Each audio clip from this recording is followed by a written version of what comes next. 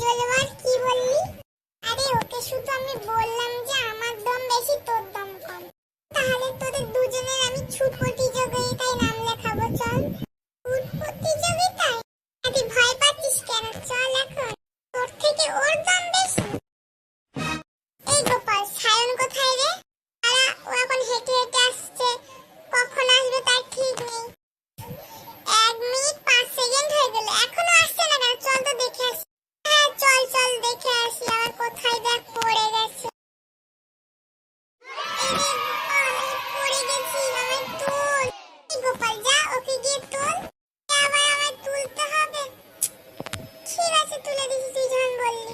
ধন্যবাদ বন্ধু। তুই বল, ছুট প্রতিযোগিতা করবি না মারপিট করবি আমার সাথে? না না না, ছুট প্রতিযোগিতা হবে। এই রাস্তায় দেখ কত ফাঁকা, কোনো গাড়ি চলছে না।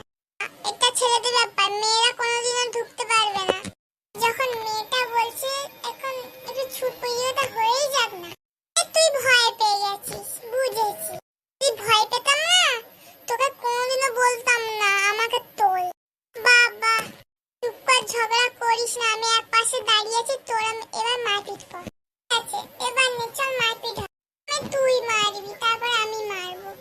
ঠিক আছে তাহলে আমি মারি। আমার মারটা সামলা কেমন দেখি। আমি মারবো, তুই সামলাবি গোপাল। ঠিক আছে মার।